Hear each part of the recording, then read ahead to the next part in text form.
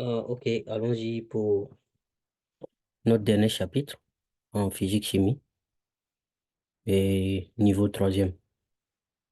Et je pense que c'est le dernier chapitre en chimie aussi. Voilà, en même temps, le dernier chapitre du programme. Ok, donc, ce qui veut dire on a fait tout ça là. Voilà, en chimie, on a fait dernièrement le chapitre 9, réduction de l'oxyde ferrique, de l'oxyde cuivrique. Donc, le tout dernier chapitre, ça sera le chapitre 10 qui est le dernier chapitre de la chimie et en même temps le dernier chapitre qu'on va voir dans ce programme-là. Donc, je suppose que actuellement vous êtes en train de faire de traiter beaucoup des anciens sujets d'examen. Donc, ce chapitre-là, c'est pour juste montrer l'importance de la réduction des oxydes là, en industrie. Le chapitre 9 là, ok, c'est comme si on veut vous montrer comment on utilise ce que vous avez vu en chapitre 9, le dernier chapitre de la chimie là, comment on utilise ça dans les entreprises, en industrie. OK? Voilà. Parce que on vous a parlé de réduction des oxydes ici, mais seulement des oxydes, l'oxyde ferrique et l'oxyde cuivrique. OK? Donc, on va voir comment on utilise ces opérations-là en industrie, en entreprise. Donc, ça peut dire l'importance industrielle de la réduction des oxydes. Donc, si vous avez compris les chapitres précédents, le chapitre 9, qui parle des réductions, oxydoréduction, ok? On a largement, longuement expliqué l'opération de oxydation, l'opération de réduction. Donc, c'est réduction-là qui nous intéresse. Ok? Le corps avait des oxygènes au départ. À la fin, il a perdu ses oxygènes. Il a été réduit, il a été diminué. Donc, on a expliqué de long en large ce qui veut dire eh, réduction.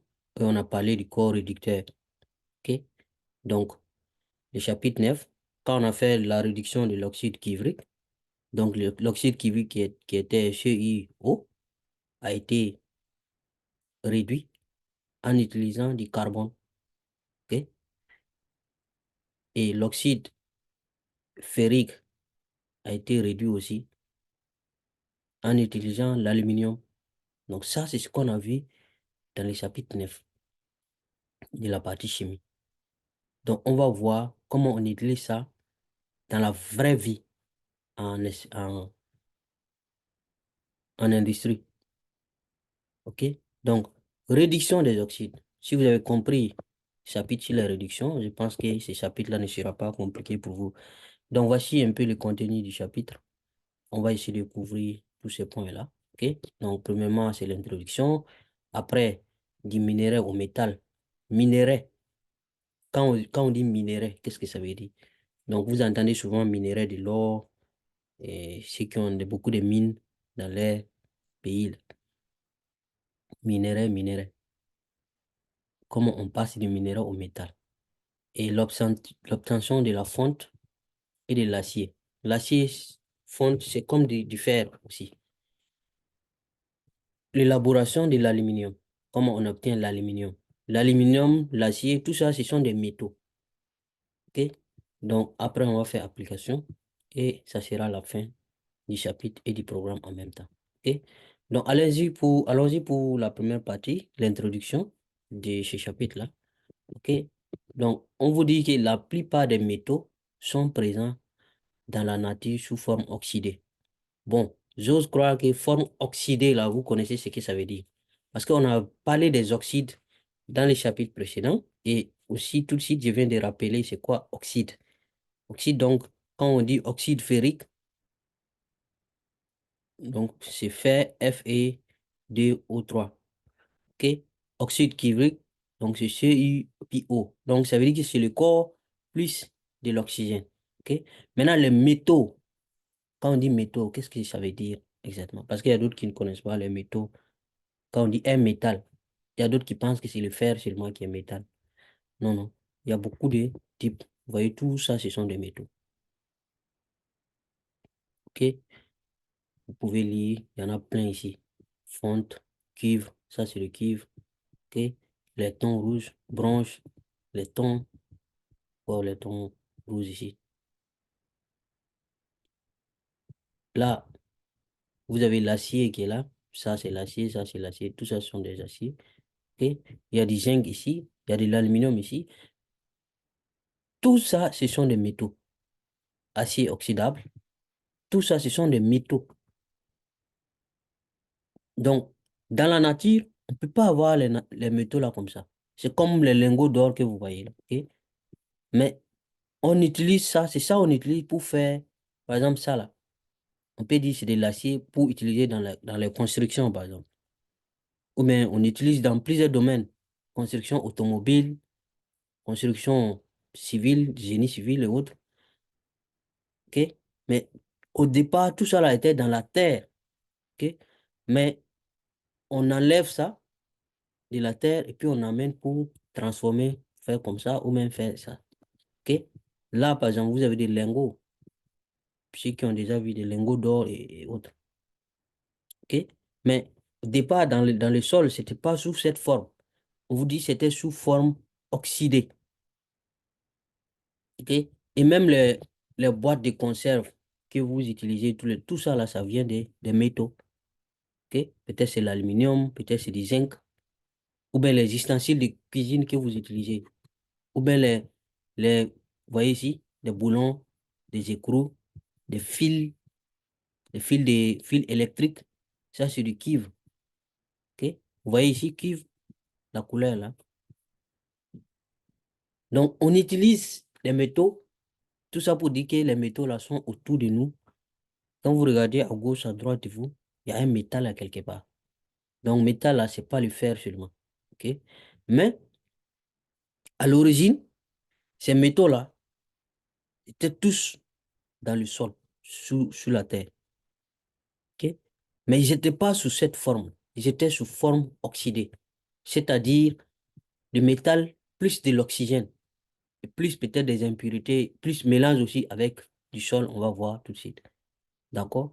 Donc, nous, ce chapitre-là, c'est pour vous montrer l'importance, comment l'opération de réduction, là, que vous avez vu dans les chapitres précédents, oxydation-réduction, là, comment c'est important dans notre vie.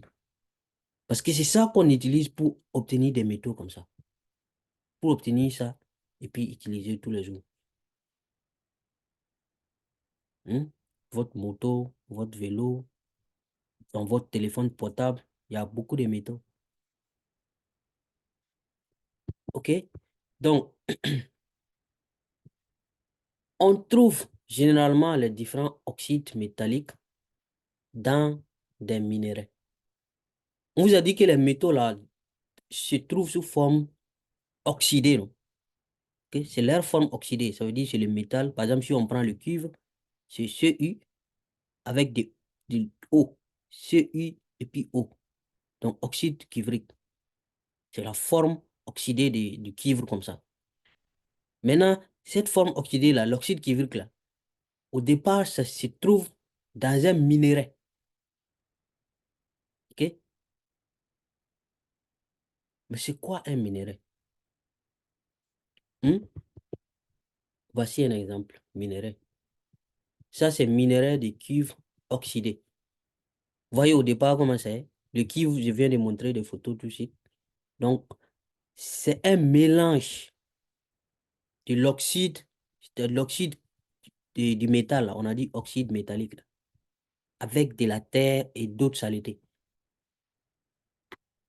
OK? Voici par exemple un minerai du fer. OK? Mais ce n'est pas le fer comme ça, c'est l'oxyde ferrique ou le fer oxydé. Parce qu'on vous a dit qu'on ne peut pas trouver le fer pur comme ça dans la nature, peut-être c'est difficile. Ça se trouve sous forme oxydée. Donc, dans les chapitres précédents, vous avez vu oxyde ferrique, non? OK? Donc, cet oxyde ferrique là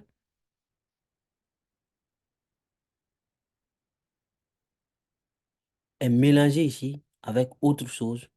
Et c'est ça qui donne minerai de fer. Là, voici comment on obtient les minéraux. extraction des minerais. Vous avez déjà vu des mines. Ceux qui n'ont jamais vu des mines, quand vous parlez des miniers, des mines, des mines, des mines, là, voici une forme d'exploitation. Voilà, c'est pour enlever les minerais. C'est-à-dire un mélange des cailloux ou bien des trucs sous forme comme ça. Il y a le métal là-bas sous sa forme oxydée, mélangé avec de la terre. Donc, c'est ça qu'on appelle minerai. Donc, au départ, c'était dans le sol. Donc, il faut aller creuser, faire une fosse comme ça. Aux mines, là, c'est comme ça fonctionne, hein. C'est pas la seule façon. Il y a d'autres mines souterraines, sous forme de tunnels aussi. Mais voici un exemple, par exemple. Vous voyez, on creuse le sol en profondeur, là, peut-être, ce minerai-là est là-bas, ou bien ce type de minerai. OK? Donc, métallurgie extractive, là, consiste à réduire les oxydes des minéraux en, à récupérer les métaux. Donc, c'est ça qu'on appelle métallurgie extractive. Métallurgie. Donc, la métallurgie, là, consiste, on va prendre ces minéraux-là, on vous dit que ces minéraux-là, c'est du fer oxydé, celui-là, hein, c'est là. Fer oxydé, ça veut dire que, je prends un exemple, FeDO3, là, qu'on a vu dans les chapitres précédents. C'est le fer oxydé qui est mélangé ici avec de la terre. Donc ça, c'est les minéraux comme ça. Donc, comment maintenant nous allons enlever, récupérer le fer là seulement? Nous, ce qui nous intéresse, c'est le fer là au V. Donc, il faut procéder à la métallurgie extractive pour extraire le fer. Donc, ça consiste à réduire les oxydes, par exemple ici, oxyde ferrique, de manière à récupérer les métaux. Le métal ici, c'est le fer. Le métal ici, c'est le cuivre. Vous voyez qu'il y a plusieurs formes, hein. Même le fer là, c'est pas la seule forme. Il y en a plusieurs. Et le taux qui est dedans, le taux de fer ou bien le taux de minerais qui est dedans aussi, ça peut varier. Ça peut être, par exemple, ça là, peut-être, il y a beaucoup plus de sol que de minerais, ou bien il y a beaucoup plus de sol que de l'oxyde, ou bien il y a beaucoup plus de l'oxyde que le sol. Donc, la, la richesse du minerai en oxyde métallique aussi est différente. OK? Donc, j'espère que vous avez retenu ce qui veut dire minerai. OK? Et comment on obtient les minéraux, c'était dans le sol. Donc, minerai, c'est la forme oxydée du métal qui est mélangée avec du sol. Donc, la métallurgie extractive, là, va nous permettre de retirer les métaux, là, de ces minéraux. OK? Donc, du minerai au métal. OK? Donc, il faut aller d'abord creuser, faire la force. Vous avez vu la photo que je viens de montrer. Vous enlevez les minéraux. Maintenant, la minerai, là, du minerai, on va maintenant faire notre métallurgie extractive, là, pour obtenir les métals. OK? Ça, c'est la deuxième partie. Donc, les minéraux, j'ai déjà montré. Ça, ce sont les minéraux. J'ai déjà expliqué précédemment. Et voici comment voilà, une manière d'extraire les minéraux. Une manière de récupérer les minéraux qui sont dans le sol. OK? Donc, un minerai est une roche contenant sous forme combinée d'autres éléments un métal que l'on peut extraire. OK? Donc, il y a un métal qui est là. Donc, c'est comme une roche, vous voyez, non? Ça là, c'est comme un caillou. OK? Une roche contenant, cette roche-là contient sous forme combinée à d'autres éléments un métal. C'est-à-dire, ça contient un métal combiné à d'autres éléments. C'est de la terre, il y a beaucoup d'autres choses. On ne sait pas c'est quoi. OK? D'autres éléments. Ce qui nous intéresse, c'est qu'il y a les métals qu'on veut là-bas. Des différents métaux, je vous ai montré au début. Il y a les zinc, l'or, l'aluminium. Tout ça sont des métaux. OK? Donc, on peut extraire ces métals. Donc, par exemple, les minéraux de fer, celui-là, par exemple, contient de l'oxyde ferrique. J'ose croire que vous vous rappelez qu'on a vu ça dans le chapitre précédent, que FiDO3 là. Voilà. On peut réduire ça en utilisant l'aluminium. Ok. Puis ça va donner de l'alumine et puis du fer. Vous vous rappelez de l'expérience, non? J'espère. Donc, les minéraux d'aluminium aussi, c'est-à-dire ces minéraux-là, contiennent de l'oxyde d'aluminium, AlDO3. Les minéraux de zinc contiennent donc du zinc. Les minéraux de plomb contiennent donc du sulfure de plomb. Ok? Donc, il y a plein de minéraux. Tous les métaux que nous avons, au départ, c'était sous forme oxydée dans des minéraux. Donc, minéraux, des mélanges de métal avec d'autres éléments de la terre ou d'autres impuretés. Ok?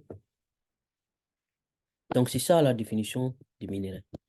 Et l'obtention du métal, comment maintenant on obtient le métal là, qui est dans notre minéral là, comment on peut enlever ça, comment on peut obtenir ça. Ok.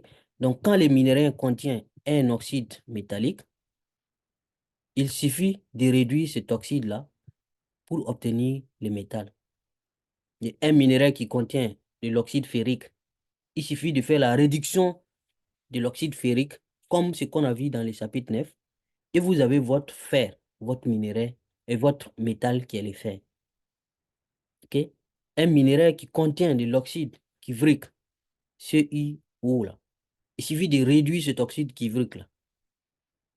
Et vous allez obtenir votre métal qui est le cuivre. Ok? Donc, c'est le cas du fer et de l'aluminium, ou le cas du cuivre et du carbone. Vous avez vu qu'on a utilisé, dans les chapitres précédents, hein, on a utilisé l'aluminium pour réduire l'oxyde ferrique et obtenir le fer. Ou bien. Et aussi, on a utilisé le carbone pour réduire l'oxyde cuivrique. Tout ça, c'est dans les chapitres passés, hein. Donc, depuis là, je parle des chapitres précédents, chapitre numéro 9 de la chimie, là. Si vous n'avez pas encore vu ces chapitres, je vous exhorte d'aller tout de suite voir le chapitre 9 avant de revenir ici. Parce que les deux sont liés. OK?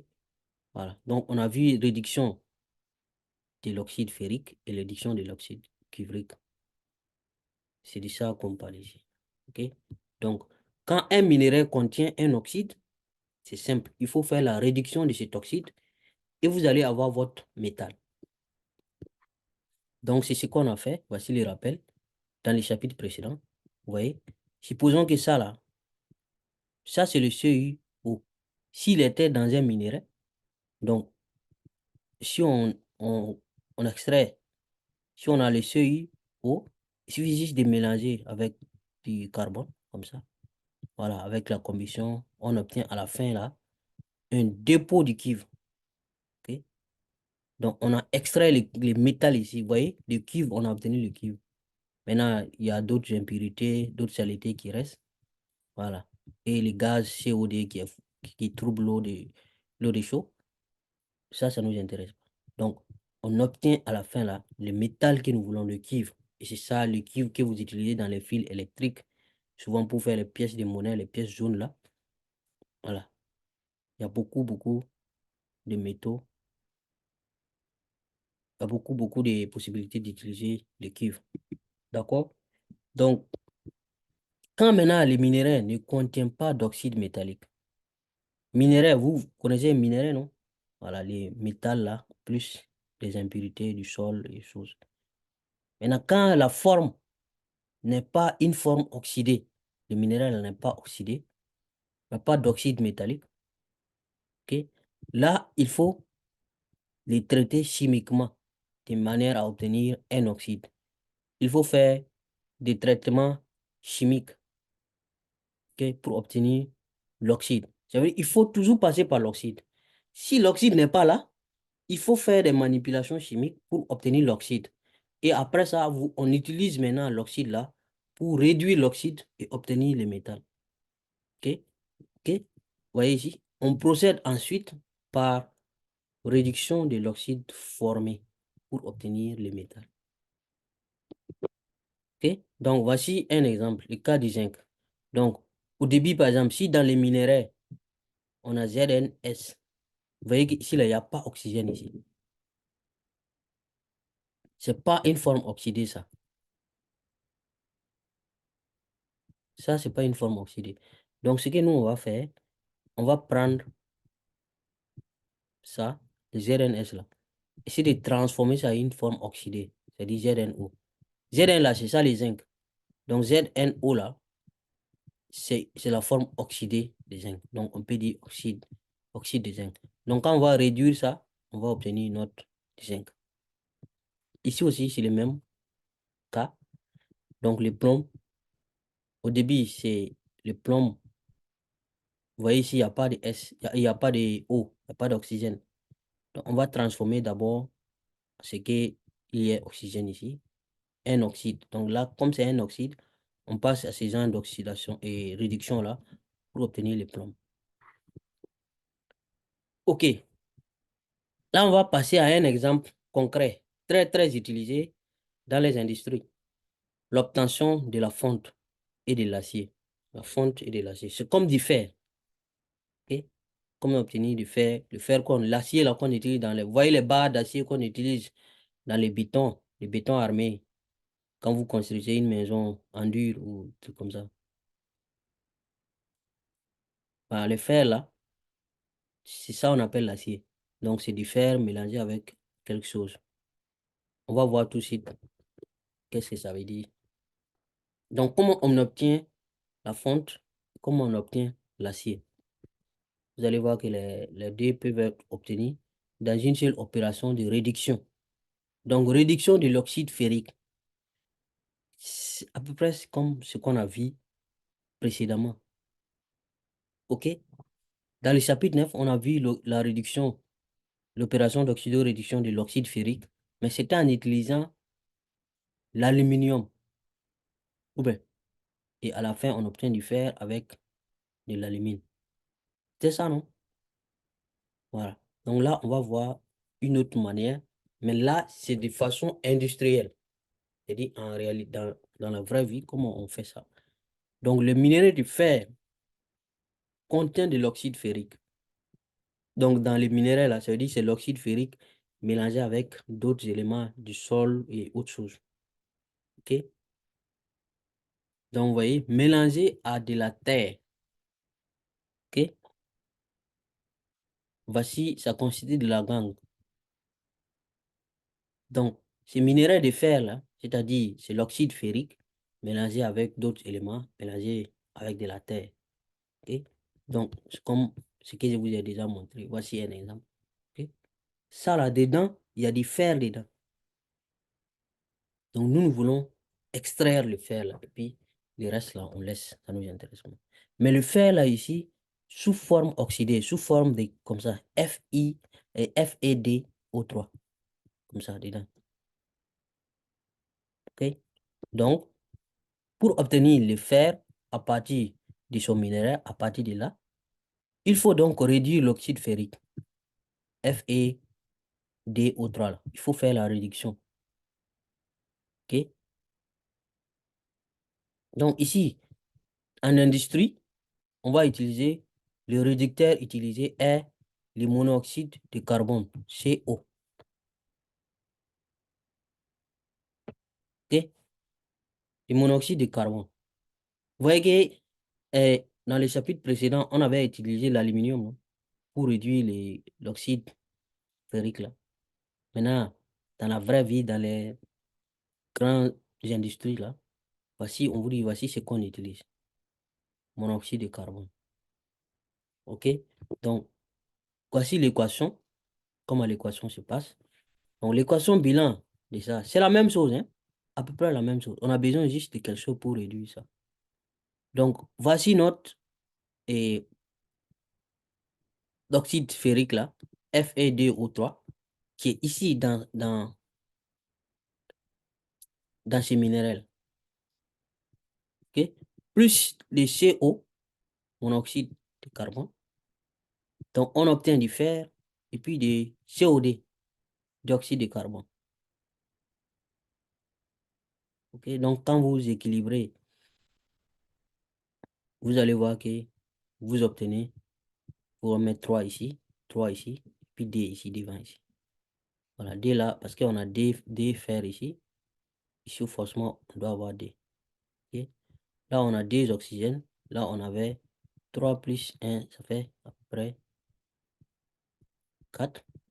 En multipliant par 3 ici, ça fait 6. Ouais. Là, ça fait 3 plus 3 qui est là, ça fait 6 oxygènes aussi. OK?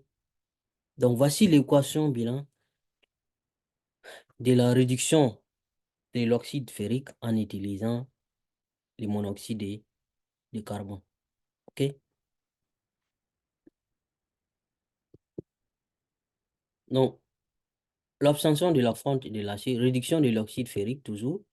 Donc, la réduction de l'oxyde ferrique par le monoxyde de carbone là, a eu lieu dans un haut fourneau. Ce qu'on vient de voir, l'équation là, je retourne un peu, l'équation en ça là. OK? On fait ça à grande échelle dans, dans, dans un équipement qu'on appelle haut fourneau. C'est comme ce que les forgerons là font. Les forgerons en Afrique font ça, non? Même avant, parce que faut pas penser que c'est seulement dans les grandes industries développées là qui font ça. On fait ça aussi, même si c'est de manière un peu petite échelle. Donc, voici une photo de haut fourneau.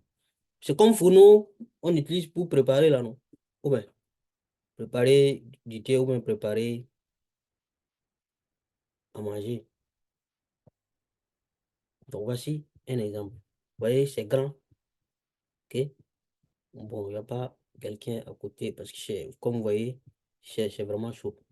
Donc, voici un exemple, un dessin, un exemple de dessin. D'accord? Donc, regardez vous-même les températures. Ici, là, vous avez combien de degrés? 600 degrés. Là, c'est 1000 degrés. Là, c'est 2000 degrés. OK? Mais à la fin, on peut obtenir la fonte là, ici. Vous voyez? Fonte. Absence. Comment obtenir la fonte et de l'acier? Fonte, si vous ne connaissez pas ce que c'est pas grave. On va revenir là-dessus tout de suite. OK? Voilà. Mais c'est juste le minerai là, l'acier là, c'est juste le minerai sous autre forme, quoi. Vous allez voir tout de suite. Donc, les, le monoxyde de carbone là, ça vient juste du carbone avec de l'oxygène. OK? Donc, vous voyez ici, les trucs qui sont noirs, noirs là. Donc, voici le convoyeur qui va envoyer des trucs ici, plus les minéraux aussi, on va ajouter, plus ce qu'on appelle coke. Coke là, c'est comme le charbon seulement en fait. Quand on dit coke, c'est le charbon en réalité. C'est ça qui va nous aider à avoir le CO là. Donc, quand on chauffe ça bien, voilà, l'air qui rentre par ici, on obtient ici le laitier. Vous voyez ici la différence? Les couleurs là sont différentes. Laitier ici, et puis la fonte est là. L'essentiel c'est qu'à la fin, on obtient le fer là ici, la fonte. Donc, voici un schéma encore plus simplifié, mais c'est à peu près la même chose que ce qui est là. Et là, là c'est plus complexe. Encore, on a simplifié ici, mais là encore, c'est encore plus simplifié. OK? Donc, on va appeler ça là, gueulard. OK, là, c'est le minerai plus coque, plus ce qu'on appelle fondant. On mélange ici. Vous voyez, c'est ça qui est là. Vous voyez, minerai, coque, puis fondant. Et là, il y a du COD et du CO qui vont s'évacuer. Et qui vont être évacués, pardon. Là, c'est pareil, les gaz qui sortent. OK? Et ici, l'air chaud, pareil ici. Et on a l'étier ici, et puis la fonte qui est récupérée ici. Vous voyez? Parce que c'est pas la même densité. Donc, il y a quelque chose qui sort par là, autre chose sort par là. Donc, on va utiliser ce schéma-là pour continuer, parce que c'est le schéma le plus simplifié qui est là. Ok? Voilà, mais voici une photo en réel, ce qu'on utilise. Comment on obtient du fer? Tout le fer qu'on a, qui vient, et puis on utilise tous les jours là, pour fabriquer ce qu'on veut, fabriquer les dabas, fabriquer tout là. Voilà. Donc, ici, on introduit par la partie supérieure. Là, on explique comment ça se passe, ok? Ici, là, c'est par ici on envoie. Vous voyez, je retourne un peu. Vous voyez, non, le convoyeur, le chariot là qui va introduire ici, ok? Ça vient de là-haut, là-bas. On fait rentrer les ingrédients ici, par là. Donc, un mélange minerai plus coke, minerai de fer, là. Vous connaissez minerai de fer maintenant. On a assez longuement expliqué c'est quoi ça. Et puis, on a montré des photos. OK? Donc, on mélange ces trois-là ici. Voilà. Donc, comme je le disais, coke, là, c'est juste du charbon, en fait. Et le monoxyde de carbone, là, gaz qui est toxique, la fumée noire que vous voyez que c'est des gaz quand il y a une combustion, là, quand vous brûlez quelque chose, là, est fabriqué dans le haut fourneau par la combustion du coke. Donc, c'est ce qu'il disait, c'est le charbon, là, quand on va brûler ça. Vous avez vu même précédemment, et dans le chapitre, je pense que c'est le chapitre 8, hein, quand on a vu combustion du charbon, combustion du soufre, combustion du fer, là, on a vu que au niveau du soufre, par exemple, on a vu qu'il y a un autre produit qui se forme, qui est le trioxyde de soufre, SO3. L'équation normale, c'est soufre plus oxygène donne dioxyde de soufre. Mais il y a un autre produit qui se forme qui est trioxyde de soufre. Mais dans la combustion du carbone, on a vu qu'il y a le COD qui est le produit qui est obtenu en majorité dans la combustion du carbone. Donc l'équation carbone plus oxygène donne COD là. Mais on a vu qu'il y a un autre produit qui se forme qui est le monoxyde de carbone, CO.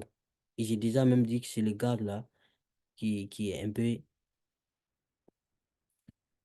toxique et qui malheureusement qui fait que les gens meurent quand il y a un incendie.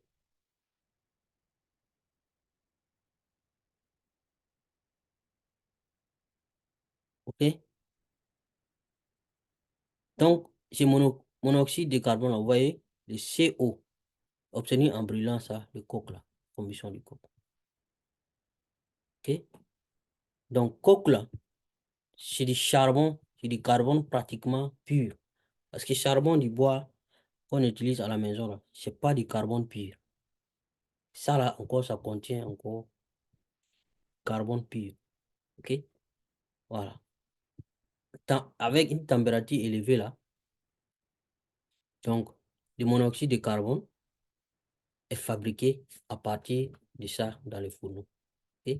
Parce que dans l'équation précédente, là, l'équation précédente, on a vu que on a besoin du CO. Cette équation-là, je retourne pour vous montrer. L'équation-là, on a besoin du CO. Ok? Donc, ce CO-là sera obtenu en introduisant ça, voilà, le coq-là. Et la combustion de ce coq va dégager tellement de chaleur que le fer est obtenu à l'état liquide.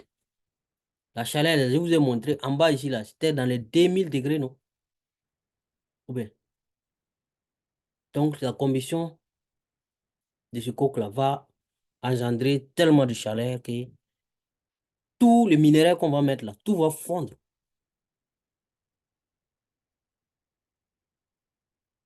Ça va fondre et en bas, on va obtenir du fer liquide. Fondre que vous voyez là, c'est du fer en fait liquide. Voilà. Donc, obtenir sous forme liquide. Une partie du coke qui n'a pas été qui n'a pas brûlé là se mélange au fer et forme de la fonte. Donc, vous voyez, la fonte qui est là. Donc, c'est un peu le mélange de ça. Ce qui n'a pas brûlé, ce qui n'a pas tout brûlé là. Plus du fer qui est là sous forme liquide comme ça. Et ça, on appelle fonte. Donc, vous voyez ici, fonte. Donc, on obtient d'abord fonte.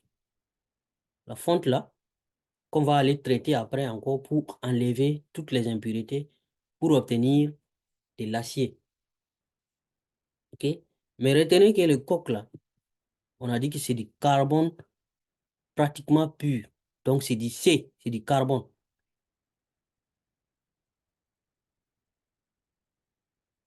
OK? Donc, la fonte là, c'est comme si c'était du Fe plus du carbone. C'est du fer plus du carbone en fait. Parce qu'on a dit ici, une partie du coq qui n'a pas brûlé se mélange au fer et forme de la fonte.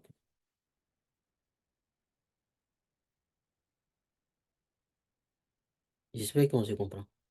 Donc, la fonte là, techniquement, c'est faire plus en une petite quantité minoritaire du carbone. Parce que le coq là, c'est du carbone.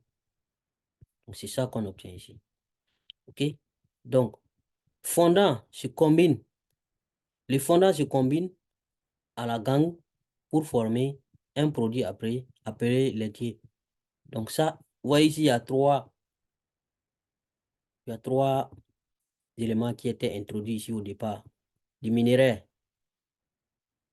coque, plus fondant.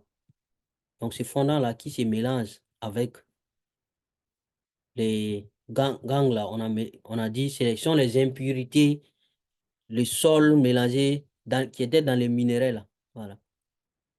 Donc ça va passer par là. Comme le fer est lourd, ça va passer en bas. Donc, de la fonte maintenant à l'acier. OK? Donc, cette fonte qui est recueillie ici, là, on vous a dit que c'est le fer plus un peu de coke, un peu de carbone. Ouais. Donc, on va aller traiter ça aussi pour enlever les carbones là. Parce que nous voulons du fer pur.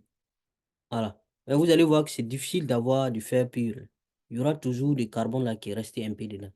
Donc, la fonte là, qui sort du haut fourneau, est un mélange contenant essentiellement du fer.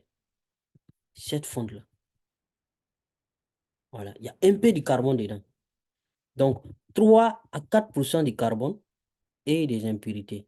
Voici le pourcentage de carbone qui est dedans. Donc, majoritairement, c'est du fer qui est là, la fonte là. Et il y a à peu près 3 à 4% de carbone dedans. Il y a d'autres saletés aussi. Par exemple, phosphore, soufre et silicium. Maintenant, nous, on obtient l'acier en éliminant de la fonte la plus grande partie du carbone et des impuretés.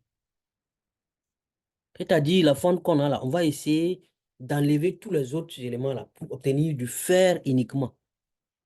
Même si ça sera difficile, on va essayer le maximum possible de les éliminer. Éliminer le carbone et puis les autres impuretés là. Voilà. Même si vous voyez déjà que le carbone là, c'est petit, le pourcentage est petit, 3 à 4%, on va toujours diminuer.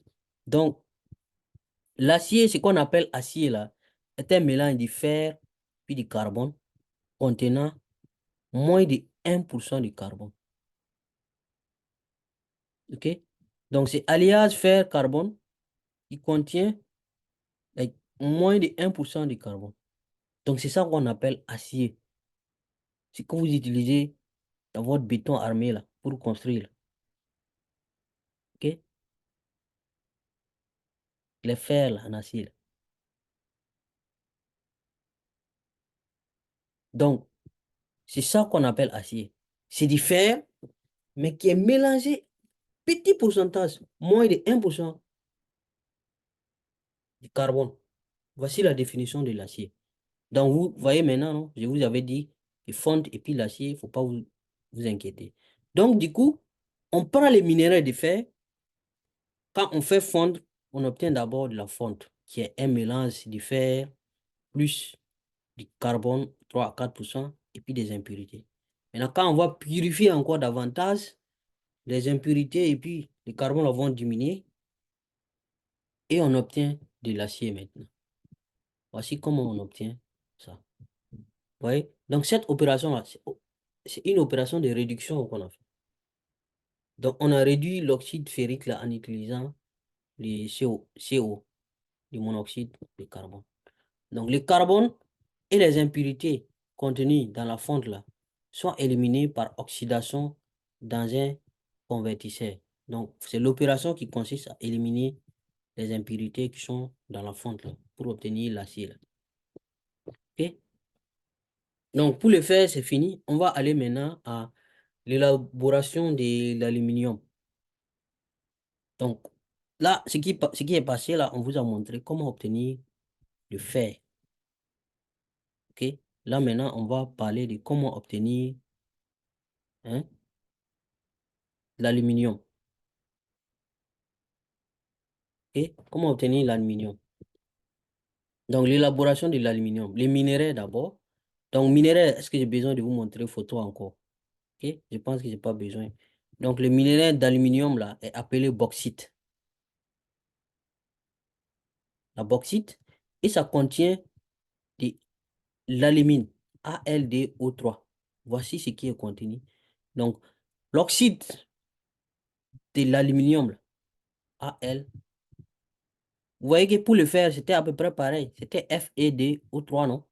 L'oxyde ferrique.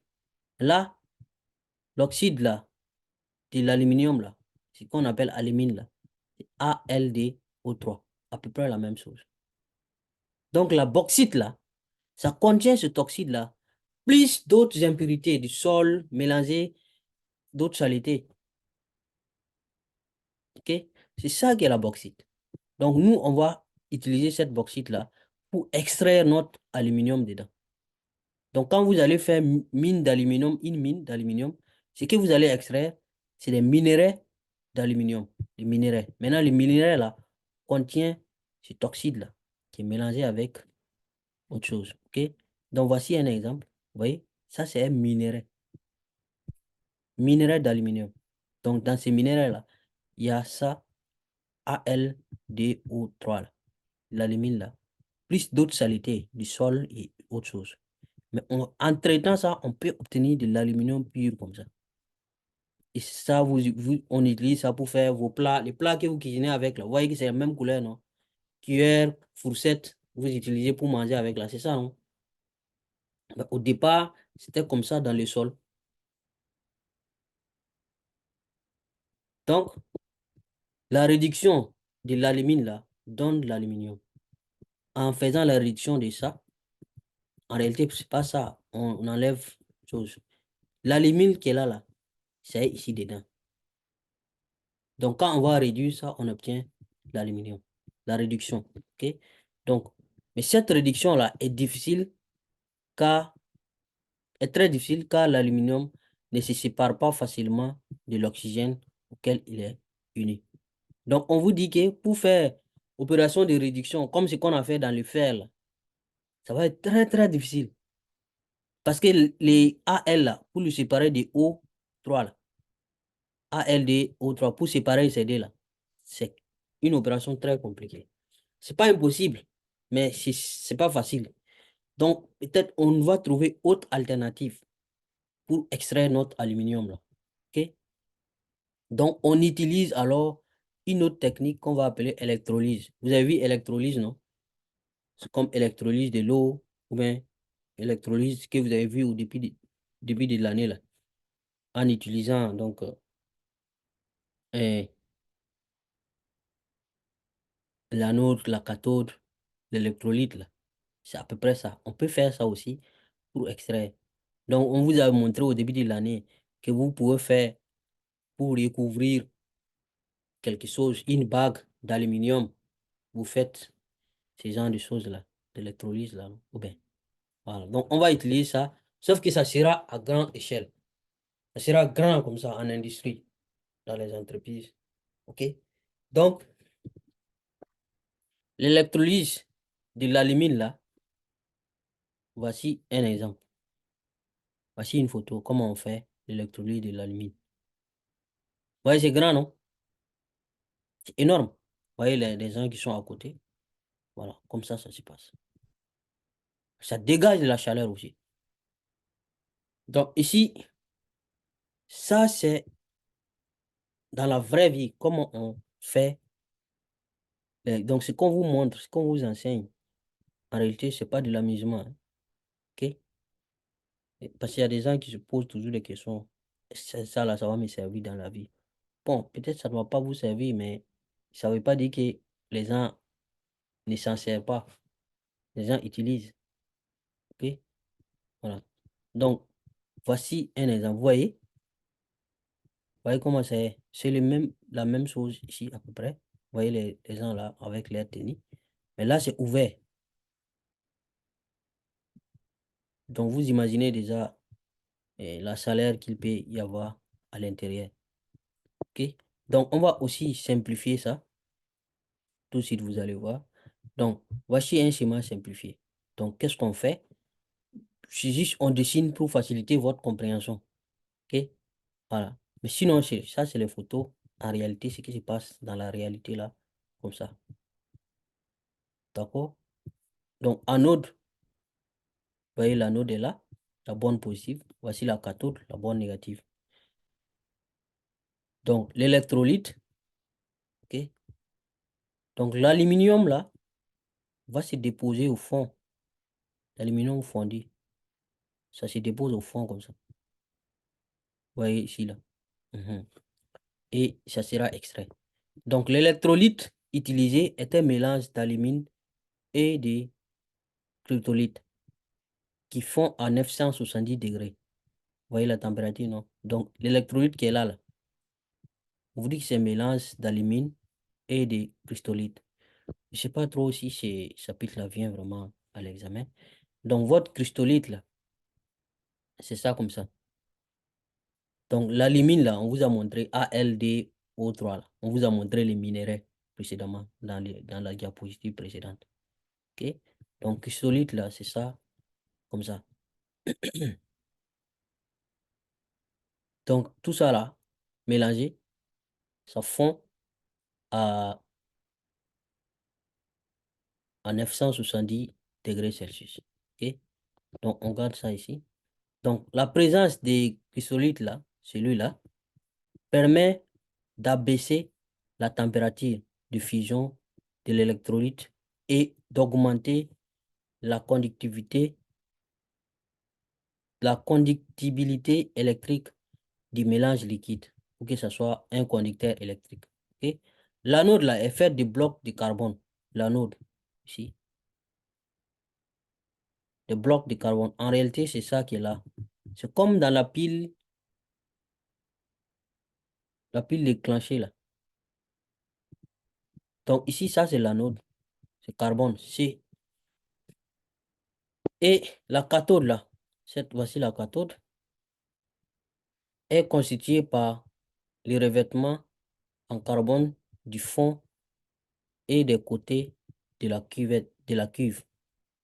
Ok. Et le passage du courant dans la cuve libère de la chaleur.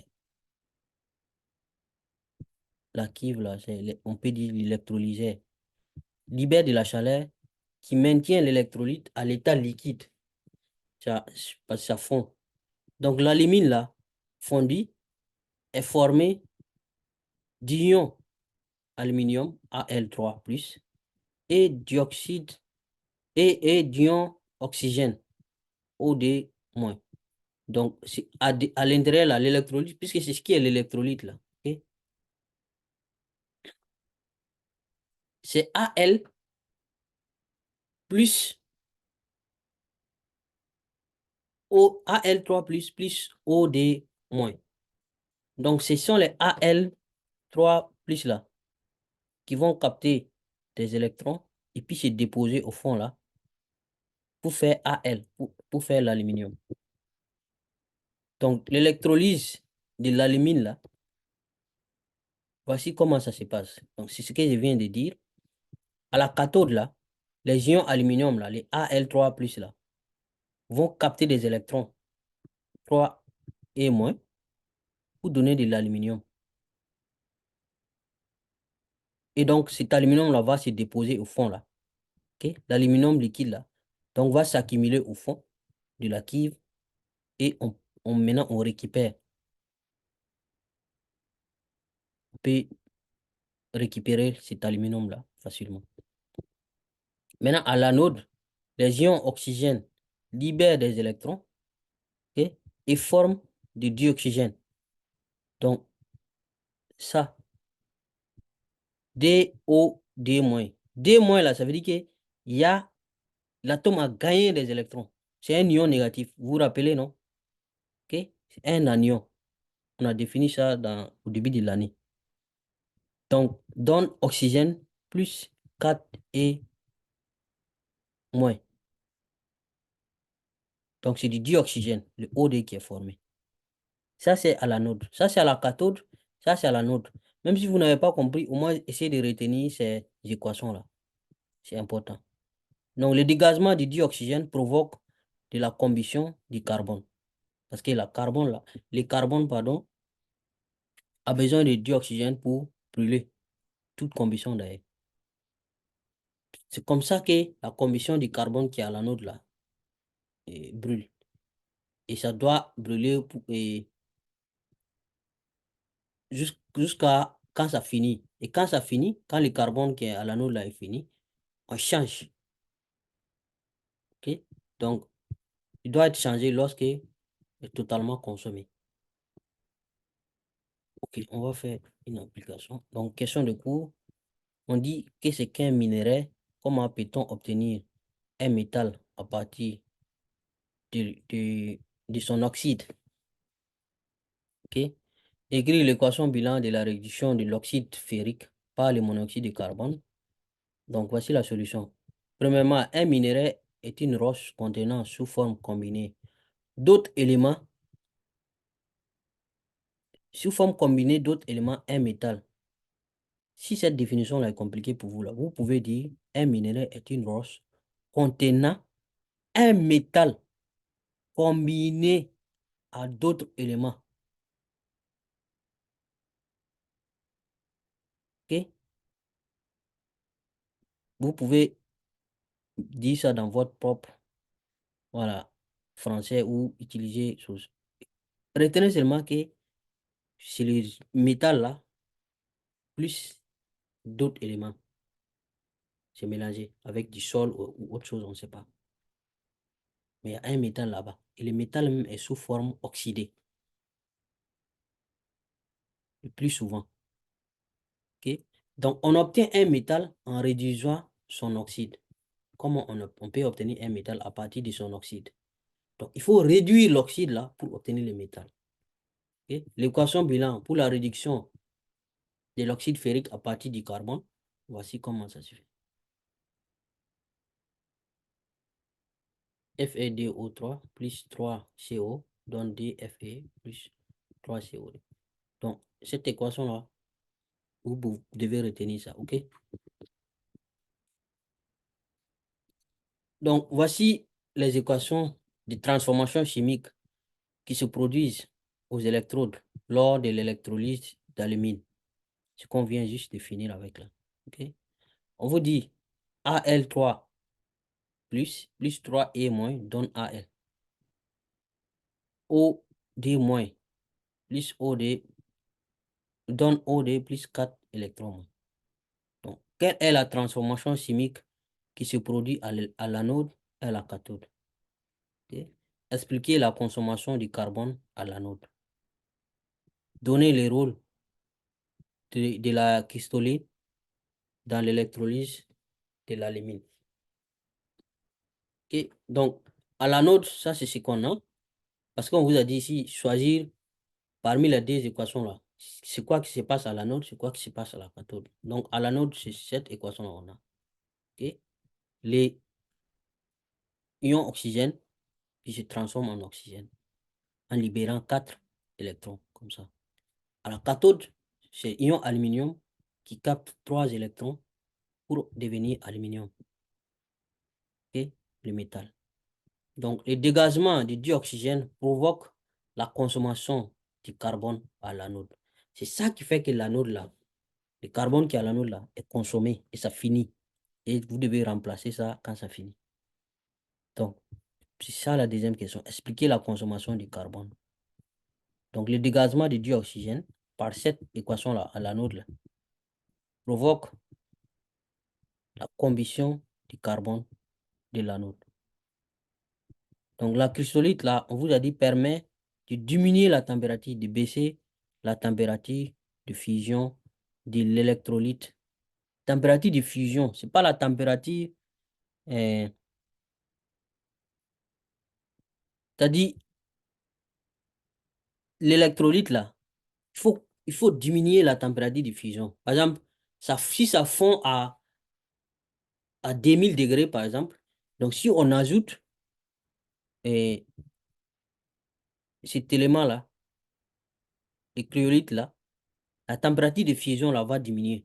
Ce n'est pas la température qui est dans les, dans l'électrolyte qui diminue, hein. La température de fusion. Quelle température il faut pour faire fondre l'électrolyte là? Cette température-là, si on ajoute ça, cette température-là va diminuer.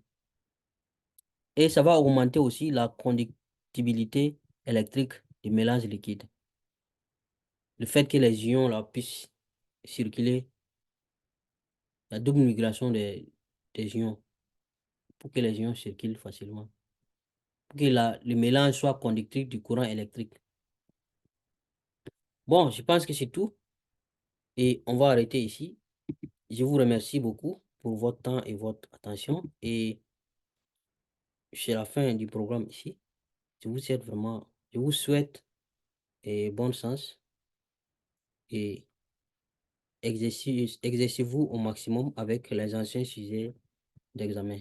C'est la meilleure façon de s'exercer et de s'apprêter et pour l'examen, de se préparer.